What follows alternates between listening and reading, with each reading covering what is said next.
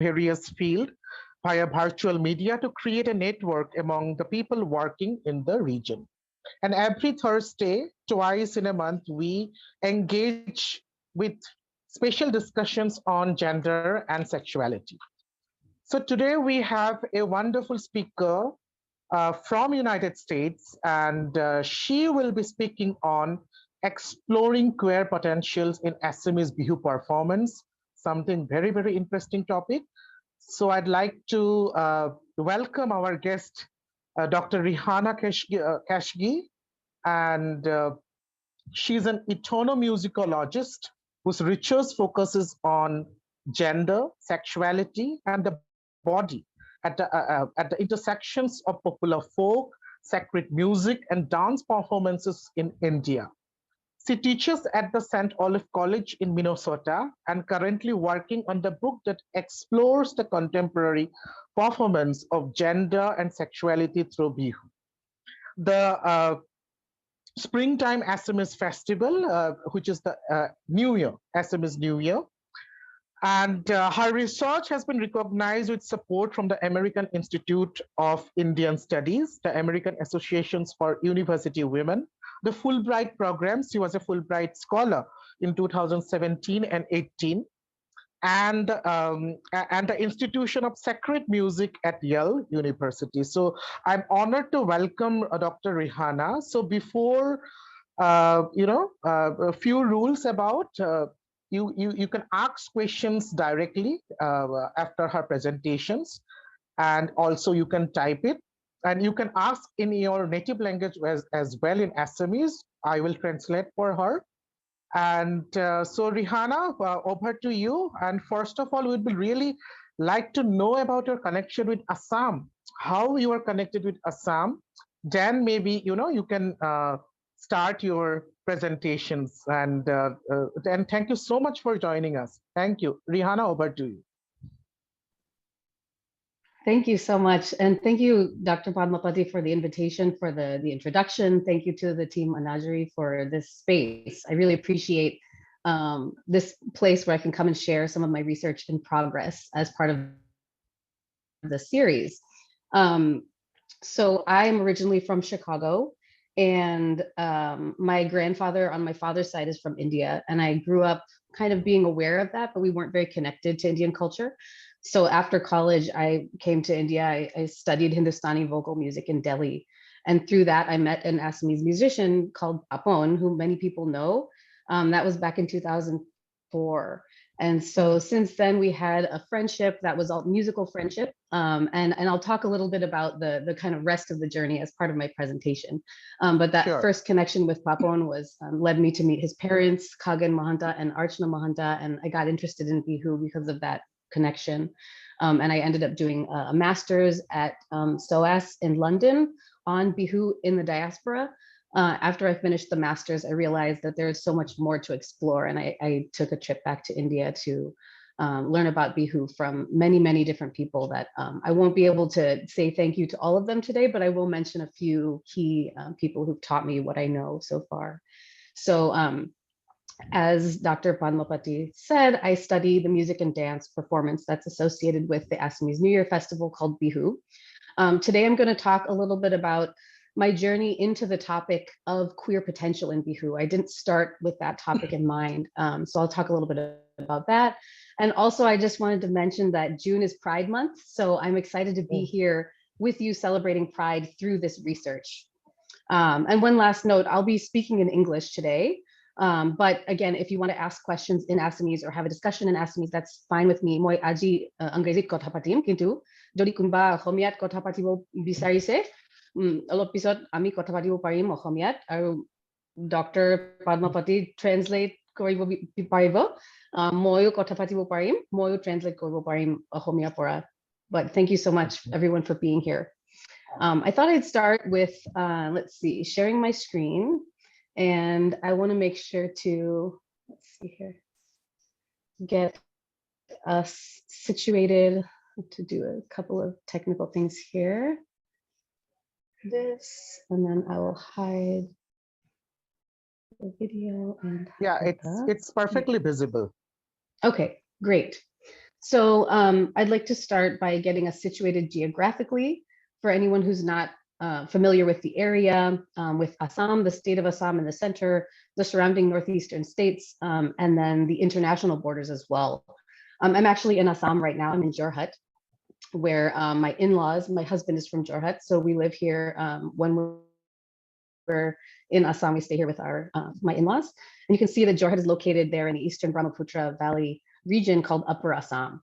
And Upper Assam is known to be the place where Bihu originated. And then it spread to other parts of the state during the course of the 20th century, and it's now considered to be a statewide festival. The festival commemorates the new year during the mid-April to mid-May month to mark the beginning of spring and a new planting season. So that renewal of life, that fertility that's happening in nature is connected to human love and desire, which is especially prominent in Bihu song and dance.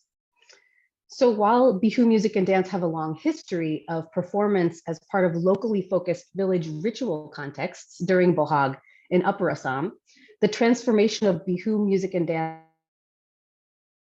into a statewide folkloric genre that represents Assamese cultural heritage began in the earliest 20th century, and it involved transforming this participatory experience into a presentational one on stage for a seated or a standing audience.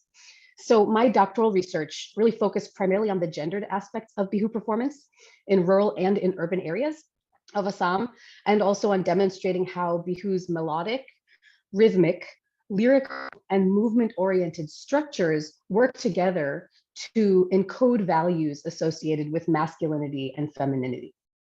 For example, male performers are rewarded for expressing a sense of abandon through spontaneous shouts, extended arm gestures, vigorous pelvic movements, and exuberant drumming sequences, while female performers are praised for demonstrating restraint through coy smiles, stylized arm and pelvic movements, and delicate gogona mouth harp percussion.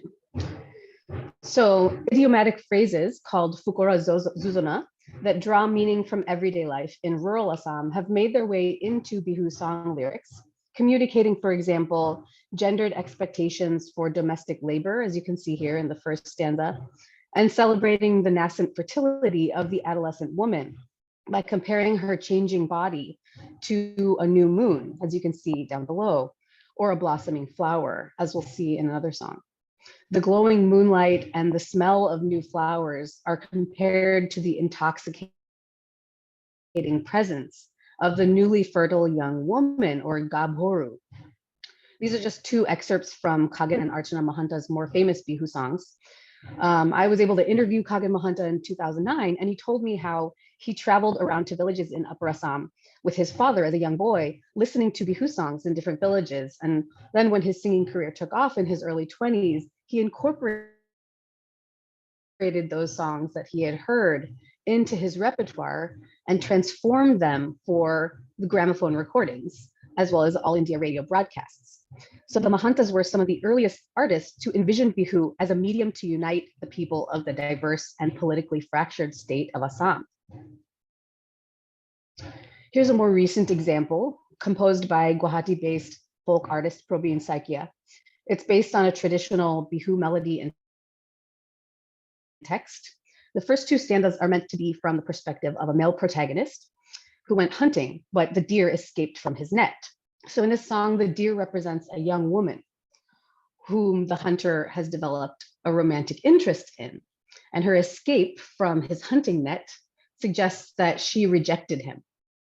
The young woman's response in the third and fourth stanzas uses a series of idioms that incorporate natural metaphors to explain why the pursuit was unsuccessful. So this line about the ripe lemon fell, it incorporates a ripening metaphor, often used to refer to sexual maturity, which here indicates unrequited love, as the young woman moved on to another suitor before the man gathered up the courage to declare his feelings for her. Her rejection of a kopofu orchid draws on an understanding of the social pressure that young women face to marry before dried up like a day-old flower. So I'll just sing a few lines of this to give you an idea of what it sounds like. The Sotai pore botod o mudhon pohu jal, patilu o mudhon pohu jal, patilu o mudhon tate numur godhuli hol. Homonia hudile o mudhon komeki, ebuli o mudhon komeki, ebuli o mudhon jal kali horina gol. Bihu song narratives often include the Nasoni, a dancer-singer who embodies idealized aspects of Assamese femininity in her physical presentation, her voice, her comportment, and her knowledge of cultural traditions. Songs praise the Nasoni's ritual performance as part of the blessing of village households each April, accompanied by drumming, dancing, and singing of her masculine counterparts, Bihuwan. So this focus on the female performer as one who dances, marked by the use of the word Nasoni, dancer, highlights her embodied movement as a prominent feature of her role, in contrast to the male performer, the Bihuwan, one who bihus, or a dulia, a drummer. As young men and women take on the roles of Nasoni and Bihuwan through performance, these experiences become rehearsals for everyday romantic interactions. For example, flirtatious Bihu songs called Juranam, pair songs, provide opportunities for young women and men to role play by teasing each other and expressing desire openly through performance in alternating stanzas. The embodied performance of Bihu creates a context in which young people can be physically close without touching by dancing in sync and singing romantic lyrics while catching each other's gaze.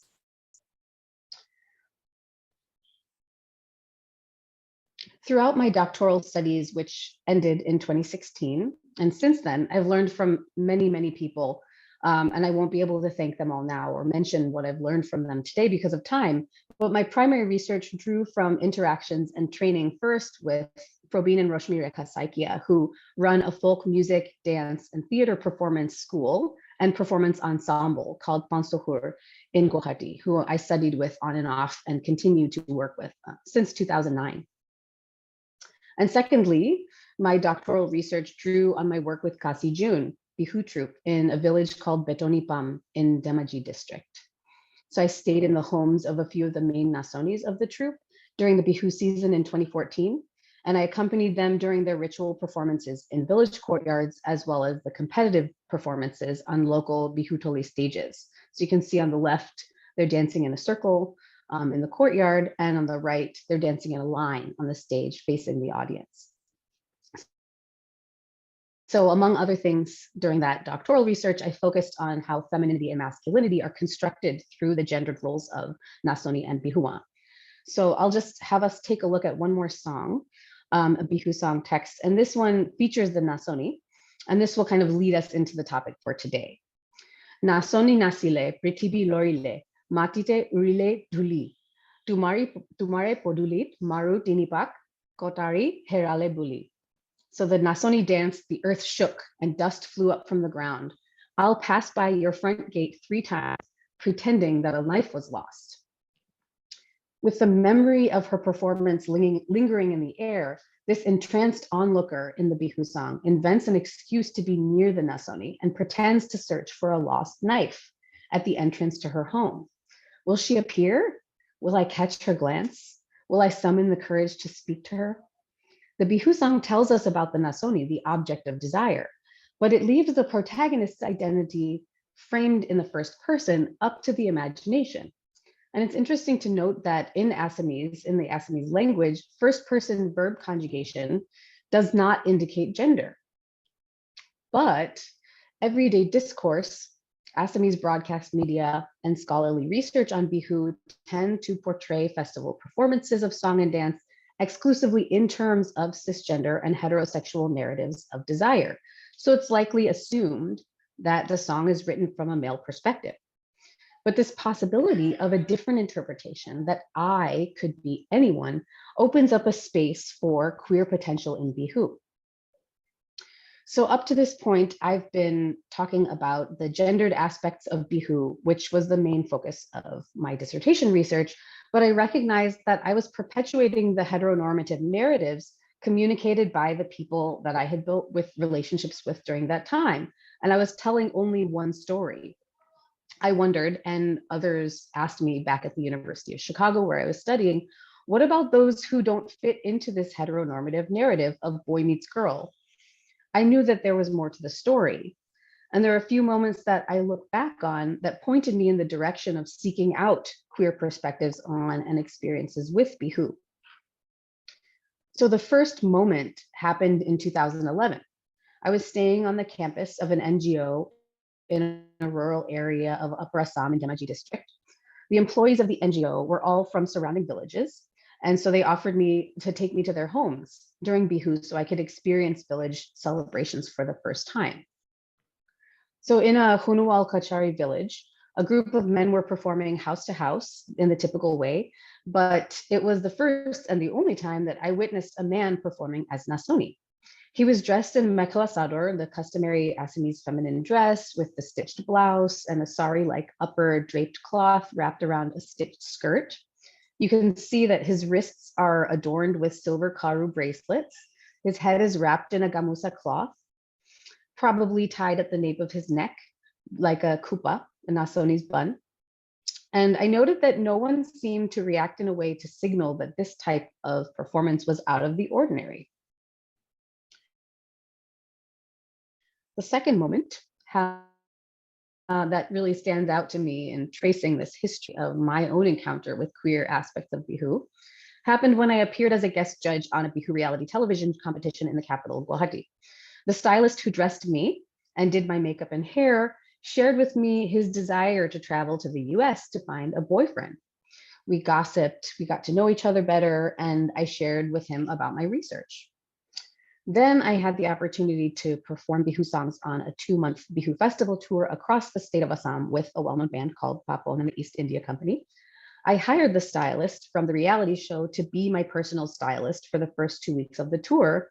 And he shared with me that he likes to dress up as Nasoni and dance Bihu. So he called it a type of performance Lora Nasoni, the boy Nasoni. And it reminded me of that image on the previous slide that I'd taken in 2011, but I hadn't really told anyone about. So after completing my dissertation, this is kind of still in the back of my mind. I finished in 2016. I returned to Assam on this postdoctoral Fulbright grant in 2018. And I was actually pursuing a different topic as part of that grant. But while I was back in Assam that year, I wanted to start also investigating this question of what Bihu means for queer individuals in Assam. So I came across this article by Ditileka Sharma that was published in the 2015 inaugural issue of the Forbidden Zine by the Guwahati queer collective that was at the time called Hukia. It was called Can Bihu Be Queer? And the practice of cross-dressing was one of the primary examples that Sharma highlights to show the transgressive potential of folk art. But I noticed that Sharma's writing in this article is very tentative. It's peppered with double negatives and questions rather than declarations of queer history in Bihu. They suggest, for example, it's not an unknown fact that at a certain point of time, men dressed up as women and performed door to door. If we probe this further, it's seen that Bihu songs sung in the door-to-door performances, they wrote Husori performances, were filled with sexual metaphors, which initially men sang among themselves, and then later men dressed as women sang to each other. So Sharma asks, would this not be considered as homoerotic expressions of sexuality? And that tentative quality of Sharma's approach struck me as an attempt to open up a space for recognizing the queer potentiality in Bihu. In narrating examples of cisgender women dressing as men and taking on male roles in performance, Sharma is careful not to align these practices with gender emancipation, since the conditions of performance are limited to gender segregated spaces, meaning cross-dressing typically would only happen in separate gendered spaces. Sharma also incorporates a nod to scholars such as philosopher Judith Butler, and this becomes apparent through Sharma's argument that in Bihu, cross-dressing can be considered as subversive and queer because in cross-dressing, there's a disparity between the anatomical sex, gender identity, and the gender performance of the individual. Sharma quotes one song from the women-only Jeng Bihu repertoire, noting how it acknowledges the existence of masculine women and the social tensions surrounding love between individuals with non-normative identities. So this is Sharma's English translation. The second line in Assamese reads, Lorakoi swali mukole ne dehiba, achadi niracha kore. Don't look at the face of a boyish girl. She will give you hope and make you hopeless. So Sharma writes that exclusively women's spaces where the woman's body is performed in a highly sexualized manner has been articulated as inundated with the queer gaze. Could the Jeng Bihu space also be seen as a space where the queer gaze operates? The significance of Sharma's words impacted me on many levels. Not only was Sharma endeavoring to understand Bihu through a queer lens, analyzing a series of examples, they were also lifting up Bihu as an important cultural arena in which non-normativity is sanctioned, while recognizing how these expressions are rendered invisible by Assamese society at large, and then also calling on others to support this type of inquiry. So I decided to try and respond to this call by getting involved with queer activism in Guwahati. I connected with leaders of the Hukia Queer Collective that published Sharma's article, and I participated in helping to organize and promote the Queer Pride March in Guwahati in February 2018. And so through those contacts, I was able to interview different people connected to queer activist networks about their own experiences with Bihu. And during this research, I became even more acutely aware of my own identity. As a cisgender, heterosexual, white North American woman conducting ethnographic research with queer communities, I recognize my vantage point as one that is fraught with tension. I acknowledge that as a US-based researcher and professor who interprets Assamese lived experiences, the words that I author are understood variously as inherently valuable and also as suspect. So I live into this tension in solidarity with the individuals that engage in the daily labor of pursuing justice in Assam. For the rest of the time that I have today, I am going to share some of their stories and talk about a few examples that I think demonstrate the queer potentiality in Bihu in popular media as an invitation to engage in this conversation. And just to clarify, I'm speaking both about queer as an identity category, which most people are familiar with, and also as a theoretical concept that challenges us to seek out non-normative experiences of the world. Sure, sure. Great. So here's an example of an interview that I was able to conduct, and it draws on the example of the Laura Nasoni, that a man dressing up as a Nasoni and dancing Bihu. So I asked an activist from a rural area in Upper Assam who identifies as a lesbian if she had ever heard of the Laura Nasoni or seen it. And she said no.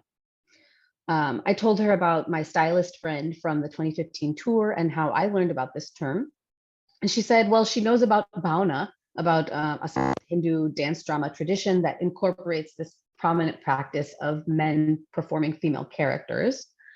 And then other traditions of cross-dressing in other parts of India that we spoke briefly about, some of those connections. But then when I showed her the picture that I had taken of the Laura Nasoni from the village performance in 2011, I told her the story of that encounter that I also shared with you. I was kind of surprised to see this practice for the first time, because in my research on Bihu, no one had ever mentioned that this was a part of Bihu. But I didn't really have the mental awareness at the time to ask too many questions. So when I showed her the picture, she said, oh, I have seen that. I've seen that. I've seen this in our village also in a men's group. Some feminine men in our village, they do this. They dress up as women and dance. So curious, I followed up by asking, so before you said you'd never seen it and now you just all of a sudden remembered? And without skipping a beat, she replied, yeah, because I was quite young, I was quite small, and I suddenly saw this image and I remembered someone dancing like this in our village. So my photograph had triggered her memory, whereas the term Laura Nasoni didn't seem to resonate with her because probably it's not part of the dominant lexicon. But after this, she shared with me that one of her own uncles, who she describes as very effeminate, once dressed up as a woman and danced Bihu.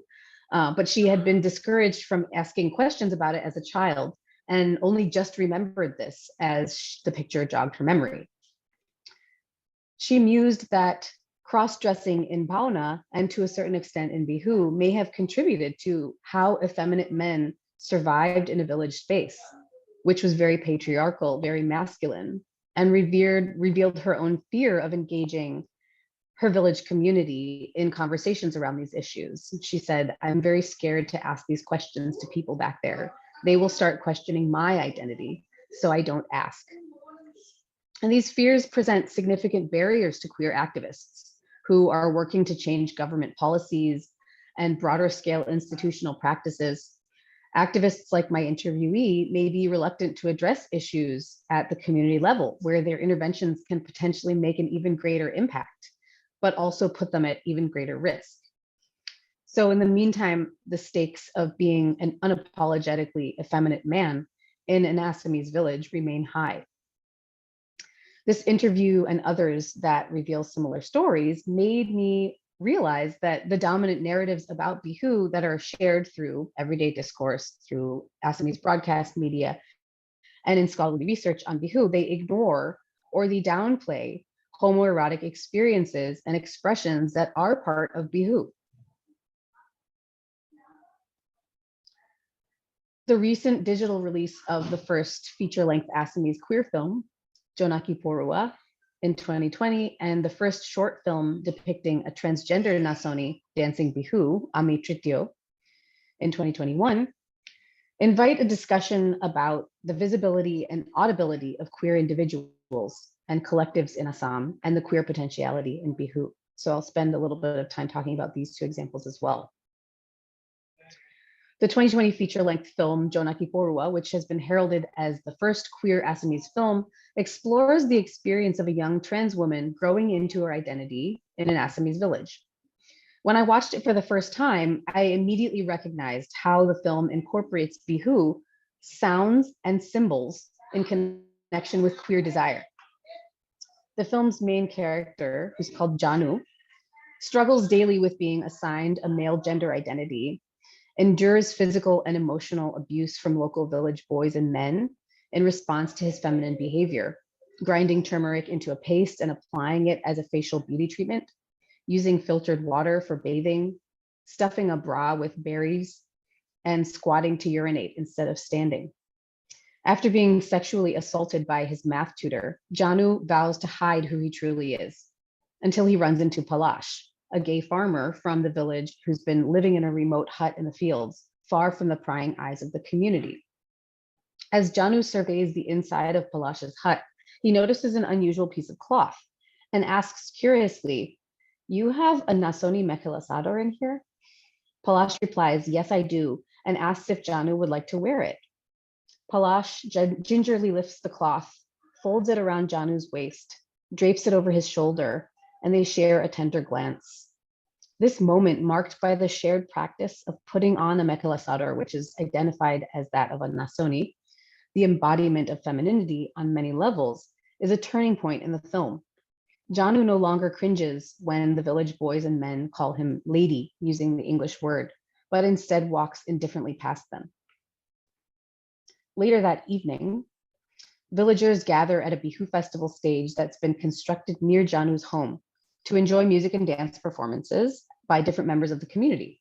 Janu locks himself in his room, love-struck from his encounter with Palash, and we hear the music of Tarun Sangha's Bihu troupe permeating the walls of his home. It's no coincidence that Bihu enters the scene sonically in conjunction with Janu's passionate fantasies. As the thunderous sound of the dhol drums and the joyous shouts of the Bihuan performers invite all within earshot to move their bodies in sync with the iconic sensual Bihu rhythm, Janu caresses his pillow, imagining himself lying with Palash in the sand near the riverbank and reclining on the edge of a boat floating down the river together. As the Bihu song continues, Janu kisses his pillow and drifts off to sleep. Whether the film's creators intended to position Bihu as a driving force behind the images of Janu's imagined intimate encounters with Palash, or merely as an accompaniment to them, the connection between Bihu and desire is clear in this scene. The fact that queer desire is being animated by the sounds of Bihu is significant. Ultimately, Janu seeks out the guidance of Pinky, a Hijra who lives in community with her guru Muni and other Hijra disciples on the outskirts of Guwahati. Known as third gender individuals in India, most Hijras are assigned male at birth, present femininely, and choose to live in a community of other people like themselves. Anthropologist Gayatri Reddy has written an extensive ethnography of Hijra lives based on her work with Hijra communities in South India, and emphasizes not only the issue of sexuality, but also other aspects of everyday life, such as kinship, religion, class, and hierarchies of respect that are central to understanding the Hijra community. Many perform ritual music and dance called Badhai for Hindu patrons as part of life cycle events. And this type of performance has been considered auspicious and indispensable for hundreds of years in Indian society. Since the mid 1990s, when HIV/AIDS NGOs were established and LGBTQ activist communities emerged, the language of global transgender identity and rights have become aligned in some ways with Hijra identity. Ethnomusicologist Jeff Roy has published on the translation of certain aspects of Hijra identity into transgender activist discourse based on his work with India's premier professional transgender and Hijra-led dance ensemble known as the Dancing Queens. So Janu mentions multiple times during the film that he wants to move to the city to earn money and undergo an operation to become a woman. Pinky explains that she can't bend the rules for Janu. He must take a guru if he wants the help and protection of the Hijra community. During the disciple ordination ceremony, Janu receives a new name, Jahnavi. She moves to Mumbai and begins her new life as a trans woman, supported by an extensive network of Hijra contacts and mentors. Although we don't see queer individuals performing Bihu in the film, the importance of dressing up in Nasoni Mekhela Sador as a turning point in Jahnavi's journey, and the sonic presence of Bihu in Jahnavi's fantasies points to the queer potentiality in Bihu. Jonaki Porua also raises the complex issue of Hijra identity as one that's marginalized within the queer community and does not easily map onto the language of transgender rights in many cases. As far as I'm aware, the first public promotion of inclusive practices related to gender and sexuality in Bihu performance happened in January 2021 with the digital release of this short film, Amitrityo, We the Third, on YouTube. This 2.5-minute ad film was produced by the All Assam Transgender Association in collaboration with the Northeast Voluntary Association of Rural Development to draw attention to the continued discrimination against transgender and Hijra individuals in Northeast India. Although I haven't yet had an opportunity to speak with the film's producer and director, Swati Bidhan Barua, who's the founder of AATA and the first transgender judge in Assam's legal history, my previous research suggests that Bihu was chosen as a medium to advocate for trans Hijra rights because of Bihu's centrality to Assamese cultural identity, its perpetuation of an idealized construction of Assamese femininity, and its connection to human desire. So for these reasons, advocating, as the film does, for acceptance of a transgender or Hijra Nasoni into the courtyard of a village home, the ritual space of the springtime renewal and blessings for the new year, is a radical call to action on behalf of the queer community in Assam. So I'm going to see if this will allow me to play this 2-minute film for you all to see. And if someone would let me know if you can't hear it, that would be great.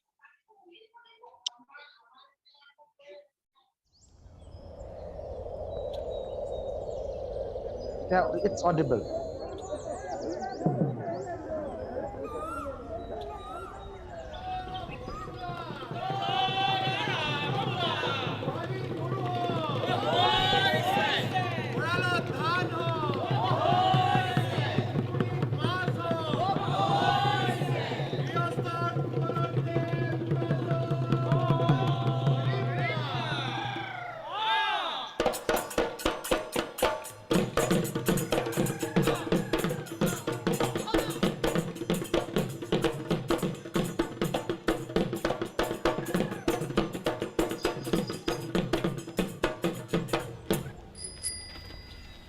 ক'ত যোৱা হে? বিহু মাৰিবলে ভাল লাগিছেনে দেখা? তই ছোৱালী নহয়, তই হিজৰা হয়।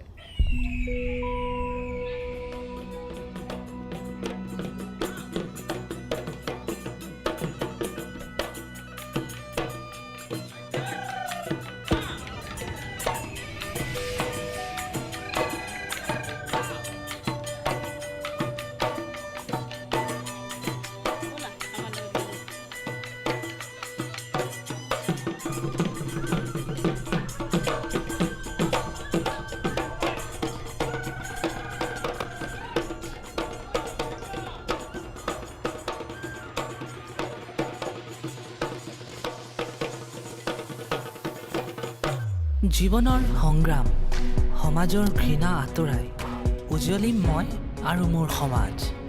একেলগে জিলিকাম লুইতৰে পান, শিৱ আৰু শক্তি দুয়োৱে মই, সমাজৰ এক অংগ। আজি মই গৰ্বিত, কাৰণ মই তৃতীয়। আহক এইবাৰ লিংগ বৈষম্য এৰি একেলগে বিহু উদযাপন কৰোঁ। স্বাতী বিধানবোৰৰ প্ৰচেষ্টাত আৰু অসম চৰকাৰৰ সঁহাৰিত গঠিত তৃতীয় লিংগ কল্যাণ board Assam.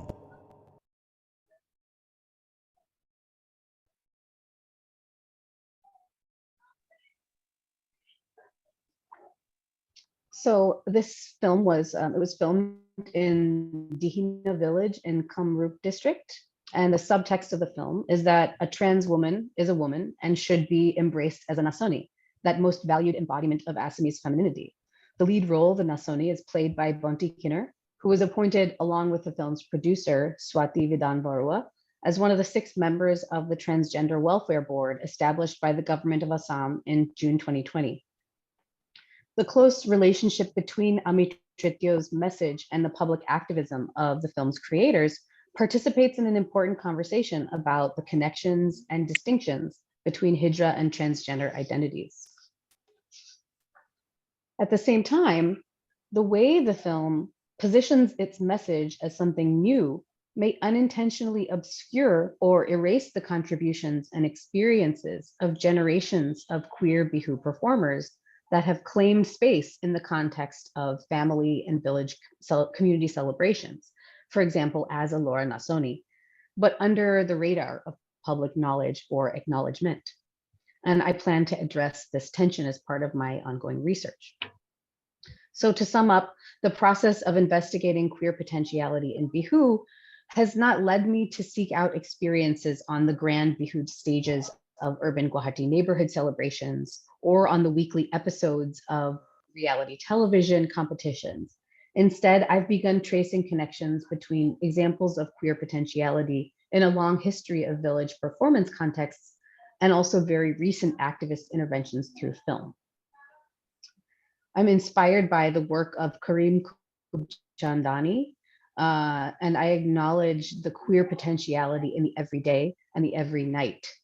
This comes from his book, Style, Accenting Gay Indian Nightlife. And I could talk about that. It's pretty amazing work. But this is where the kind of everydayness and the every nightness of performance is highlighted as an important area of research. It's not obvious because it's not on stage, but you can see how these queer aspects kind of emerge through the everyday and the every night. And through this, I argue that Bihu has always been queer. So an approach that focuses exclusively on recent examples that highlight Bihu's queer potential, such as Jonaki Porua and Amit Trityo, may draw attention away from or obscure the long history of queer participation in the festival and how queer potentiality may in fact be central to Bihu's power as a space for experimenting with and transgressing normative expectations for gender and sexuality through song, dress, dance, and erotic encounter. So maybe rather than emphasizing these films as firsts in this sense, we might instead begin to piece together a history of the everyday moments that have been building up to make these eruptions into public life possible in more visible and audible ways. As a closing story, I'm reminded of an image from the 2018 Guwahati Pride Parade that caught my eye as I marched alongside new and old friends. I'm gay, hobo day, I'm gay, let it be, printed on a sign above a drawing of a man holding a pepa horn pressed to his lips. head tilted back in the customary way during Bihu performance. And you saw an example of this in the Ami Tritio film. I asked Abhijit, who held the sign for the duration of the march, about its significance. And he said that he chose the pepa because it's one of the most symbolic musical instruments used in Bihu. He told me, I'm making a declaration, so it makes sense to use a symbol which is connected with sound. He spoke about the importance of incorporating local cultural symbols into the movement, since, as he put it, the concept of pride marches is very Western centric. And when you say that you're gay, lesbian, bisexual, or queer, or like you're non-heterosexual or unconventional gender identity, it's always assumed that it comes from a Western influence. And he went on to explain that when building a movement and, quote, creating awareness that we exist, we have to do it in a language in which people can understand, end quote. Perhaps the language of Bihu, as suggested by its presence in the two films, Jonaki Porua, Ami Tritio, and countless everyday community encounters during the Bihu festival season, could become recognized as a language of queer potentiality. Thanks so much for listening. That's where I'm going to stop for today. And I look forward to hearing your thoughts and questions. Also, I'm going to put my email up here. And I have written a few questions for you to get the discussion started. Feel free to ask your own questions, but I would be really interested to know if any of you who have experience with Bihu, who know Bihu intimately, do you agree, after listening to my presentation or having thought about it on your own, that Bihu has always been queer? And what are some experiences that you've had with Bihu that either support or counteract this idea? That would be great to kind of start the discussion, maybe. Thanks. Thank you so much, Rehanna, for such an thought-provoking and such an engaging, I have to say, and such an interesting presentations. I am really, really, I was mesmerized how you narrated, how you posed the questions about the queer potentiality, and that we have been debating in this platform for a long time. Not only Bihu, in Assamese history, in culture, and in various aspects. There's still, we are fighting for that particular space, and finding in Bihu, which is the most popular festival, that the Bihu, the connection with the Assamese people, and finding the queer potential. I think this is really, really brilliant research. And so definitely I can start with like few questions in my mind, and then we can open the floor. So so Bihu, lots of songs and lots of narratives are about desires, and it's of course it happens in the spring, that is the time, lots of young men and women, maybe they express their sexual desires through Bihu songs and dance. So could you find any songs that suggest about, maybe same-sex relations or same-sex desire in Bihu songs? And the second question is about Bihu Nasoni and Lora Nasoni, which is very, very interesting. Like in Assam, it is not common, but other parts of India, man dressing up as a girl and dancing in front of other men is very common, which is called Londa dance in Bihar and UP, in many places. So could you find like a similar pattern or like any connections between those kind of cultures, or like anything common among them? And of course it is associated to the dressing up and performing Bihu, that is the excellent for the third gender populations, and it is the desire and participations with this kind of festival. That narrative is also excellent. So if you can tell a little bit more about my questions about the desires and sexuality, same-sex sexuality. Yes. Yeah, great. Thank you so much for those questions. Yeah, and the first question about finding the texts, I mean, this is something that I think would take like a whole team of people kind of combing through. There's so many anthologies of song texts that get compiled, and some of the people that I've worked with just have volumes and volumes of them, and know them very well. And so I've only recently started asking those kind of very experienced researchers about this question. But I know Diti Sharma, the person who wrote the article that I also referenced, is also interested in continuing to pursue this idea. And so I think they have more experience kind of combing through some of the lyrics. At this point, the only thing that I've kind of come up with is the flexibility of the Assamese kind of first person as a kind of slippage into the potential. But I haven't yet had the chance to kind of sit down and go through the text. But I think that would be a really fun project to do with a team of people, with some of the experts. And like I've spoken to Dr. Anil Saikia, for example, who's really well known, very experienced with Bihu from Moran. And he was open to the idea. He was like, I can imagine this being happening all over the place. Like once you open your eyes to it, you could probably find a lot. So that's something that I think is next on the list of things to do. And I think that there are probably people interested in doing that in different corners. And so one of the reasons why I wanted to come here today was because maybe people will then start connecting and getting together, and maybe we could work together on that. I think that would be really exciting. Sure. For the second question, yeah, Londa dance, I actually had a reference to that in a printed version of this talk that it's kind of under review. And I shared it with a couple of friends. And in my mind, I was thinking, okay, it would be good to just know more about all of the traditions, all the different dance genres where men dress as women, and what does that mean in all the different contexts. The person that I spoke to was very adamant about, Londa dance is something where it's very sexualized. It's, the performer's body is kind of an object of the male gaze in a very different way than it is like in Bhauna, for example. And there's yeah, exactly, Kavya. So I think looking at Bhauna first and kind of understanding the history of that. I mean, I was looking around for printed sources in English on that topic, and I didn't find very much, but I think looking at some of the Assamese sources and learning more about that practice in Bhauna would be really important to then be able to compare to other traditions. I was thinking also about Natanki, a couple of other traditions that have a long history and scholars have written a lot about.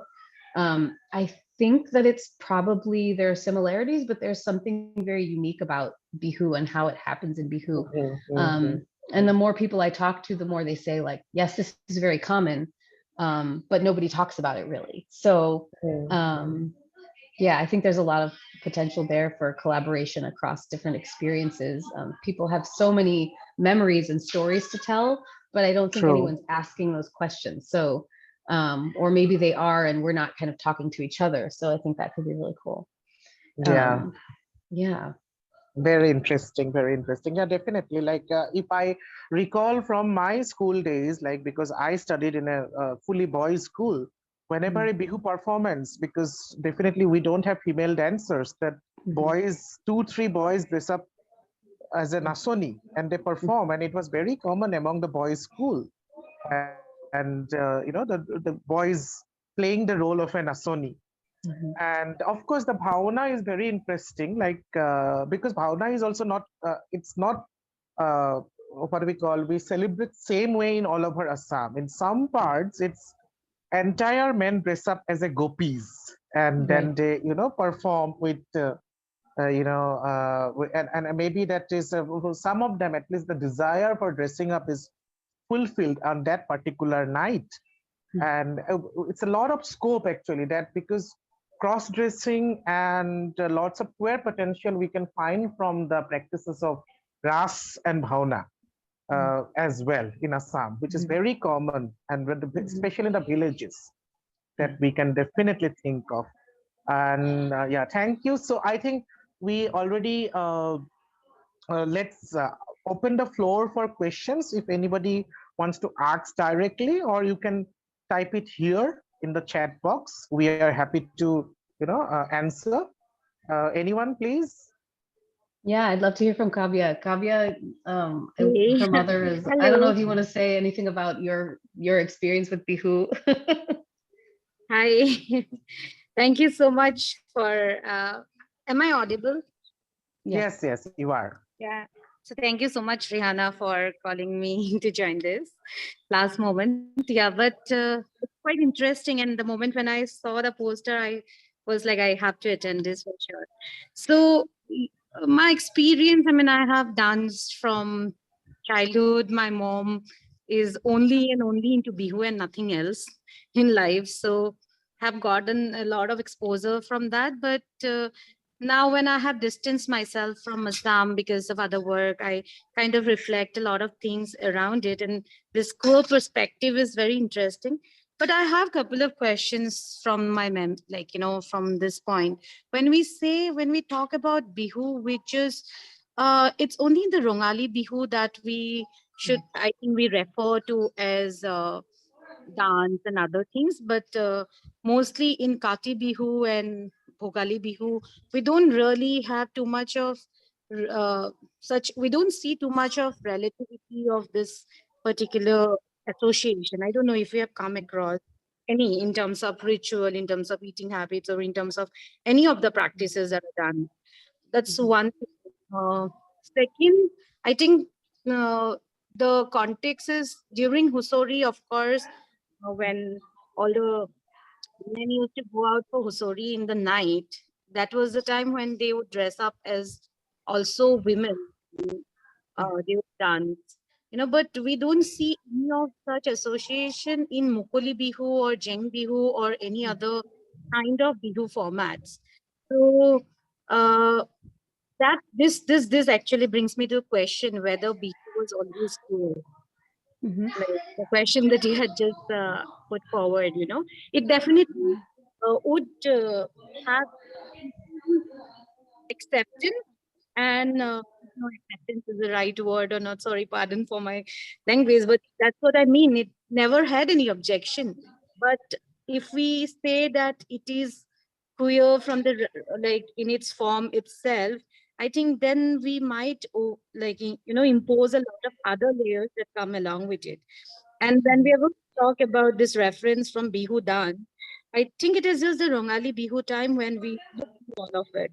I mean, and otherwise, Bihu is more of a way of life for every Assamese, like everyone, because it's such a very strategically placed festival. Like first we cultivate, then we eat the things. Then when we are done with all of eating and sowing and everything, that is where we go for more fun and entertainment. We gain that energy back to go into that cycle.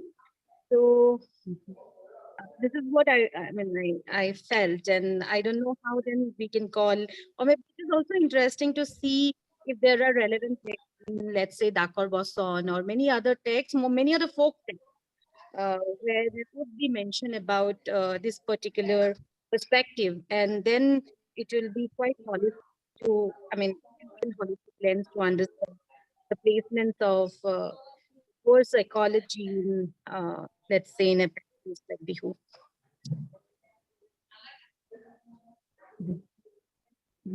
Thank you so much, Kavya. Yeah, I normally stick to just saying Bihu when I mean Rongali Bihu, instead of going into the distinction between the three, but I definitely mean the springtime Rongali Bihu. So thanks for that. And that I need to clarify that, I think, especially in writing, so people are aware of that. Because many times whenever we refer to any of these controversies or arguments around Bihu, we forget that we somehow talk only about Ronali Bihu, but we use the word Bihu in so holistic lens that it kind of bypasses the other two Bihu, which are also of the significant importance if we are trying to see through the lens to understand Assamese culture. Sure. Definitely. Yeah, I think the reason that I mainly focus on the Rongali Bihu is because it's become such an iconic, nationalist kind of festival in terms of even with all the media uproar kind of that happens during the season, and advertising with, big bazaars having a Bihu sale, all of those kinds of things that pile up and make it the industry mileages. Yeah. So thanks for that. Yeah. About so the Husori night context, kind of that's the place where I think most people would say, okay, I can get on board with thinking about the, cross-dressing as maybe a queer practice, not necessarily, of course, reflecting any kind of queer identity of a person, but making a space for kind of a queer experience or analysis to be placed on that, or to kind of grow out of that context. In terms of the other like the Mukoli Bihu, the things that happen, in the daylight, or things that happen on stages, right? Those are places where, yes, I haven't seen any hints of kind of queer expression, but those are the places where I'm planning to, rely on the perspectives of queer individuals for their experiences, existing in those spaces, what kinds of analysis they might bring to the conversation. So through my view, I mean, I'm also, limited in my own experience. And so I need the presence of other people who have lived their lives as queer people and individuals to know, what they're experiencing and learn from that. So at this point, what you see today is all that I have. And from there, I'm really hoping to expand and think about the other spaces that Bihu exists in, to find out more about that. Because like, the media examples that I presented about the films, those are kind of more clear cut and they're very kind of obvious. But the things that happen on the everyday level, the things that happen, in people's kind of small village contexts, it seems like from the interviews that I've done, those are the places where a lot more is happening that goes kind of under the radar. And capturing those stories, I think, could be a really great thing for kind of empowering queer individuals to feel themselves as part of the festival, if that's important to people. Yeah, so that's kind of where I'm at this point. Sorry, just one more point, Rehanna. Yeah. Sorry. So if I'm recalling childhood memories, I have seen Bhavna and I have seen this Husori dances, and it's not that in Bhavna only the person who is queer, or even I have seen even a very masculine person also dressed up like a woman. There is no hesitation to play a character which is feminine or which is more female. Right? So there wasn't any hesitation or association that after that point of time they would go through certain pressure from the society or friends that, oh, you kind of dress like a woman, and like I haven't seen that kind of reference much from like first-hand experience while it, but and the same way. And I think that makes total sense. Yeah, I think that makes total sense, because I think, as a practice that has been, it started in the Khotros, right, with Bhavna Mishri, with only men and realizing the female roles. I mean, there weren't any women around, and so that was really important to realize the stories. And so I think as a practice, what I'm saying and what I think queer scholars would say is that it's not that the person themselves would identify as queer by the fact of putting on female clothes, but it's that someone who is queer might be able to take on that role to express who they really are in front of other people without being discovered. You know what I mean? Like without having to come out of the closet, and so it provides a space for in the current times, that right? kind of expression that they would be in the current times. Well, and maybe in the past too, but we just don't know, because these kinds of ways of thinking maybe weren't discussed in the same way, right? So that's a great question. Like, how do you then, and I think scholars have done this, to go back into the past and think about how do you read queer lives, in the past? How do you understand that through our modern lens? Yeah, and how frequent was that practice? Matlab, for example, Bhavna would happen only once in a year for a particular village, whereas if you're looking into Husori, that's a repeated practice in a particular given amount of time for good some 1 month or like at least 2 weeks. So the frequency of that particular occasion being practiced is also another beautiful, I think, can that's give a you great point. Find out. Yeah. Yes. Awesome. Thank you. Yeah, I think I'd like to add, like, to Kabia, it's not only Bhavna, the Ras Leela that happens in, at least in my side of Assam, it's entire bunch of men dress up as a women, and they have to perform in a very feminine way because they are gopis. So I think experience is different. And as per my research, our previous generation, they don't talk about many things about, because in the history of Assam also, there's no mention of any queer character. In literature also, up to only Indira Goswami's novel, still we are very few content. Even academicians, they bluntly say we don't have even third gender in Assam. So it's a lot of debate about this. So definitely, more research, more, that field really need to be explored more in Assamese society about the finding queer potentials. Then definitely we are not different from other human beings. It's if it is they are our society, they don't talk about. That is more what I feel. Yeah. Okay, any other questions? Any other questions? I think there are 2-3 comments from in the chat box. Oh yes, Charity says, writing from Pittsburgh, doesn't have experience with Bihu, but I do have experience as a queer person dancing in gender segregated spaces. Even a very conservative religious environment, gender segregated dance allowed me opportunities for queer expression and queer gaze without fear of being ostracized or negative social consequences. Yeah, so that's, I think, something that Diti Sharma was really pointing to about Jang Bihu, not saying that it's necessarily, just saying that, it's a potential space where the queer gaze might operate. And how would you go about researching that? That's a great question. So I think that's going to be really exciting. Another space, maybe the late night functions of that happens. Definitely, it would be a potential, cruising or gazing space. Yeah, that is another. Because the functions that goes up to early morning, that Bihu functions, and that could be another space to look out. So a lot of like it's everything we can now think of it. So thank you so much for bringing this such an interesting topic. And so when your book is coming out, if you are planning a book, very much interested to it's it'll be a couple of years again still, but at this point I'm thinking dissertation and then some new aspects that I'm working on now. I've gotten some feedback from people when I brought up the issue of doing the queer side of the research. A lot of people said, please make sure to write a good book about Bihu before you go into that direction, because we need a book on Bihu in English, we really right? So, need a good book on Bihu, it's, but I feel like, if I'm going to write about a book about Bihu, I would want it to be a book that, has wide representation, can show the festival in a light that really, includes as many people as possible, if I can.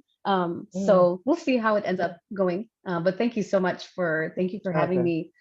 Oh, Niyar is writing. Thank you. Thanks for being here. I really appreciate everyone who came, and I'm glad to see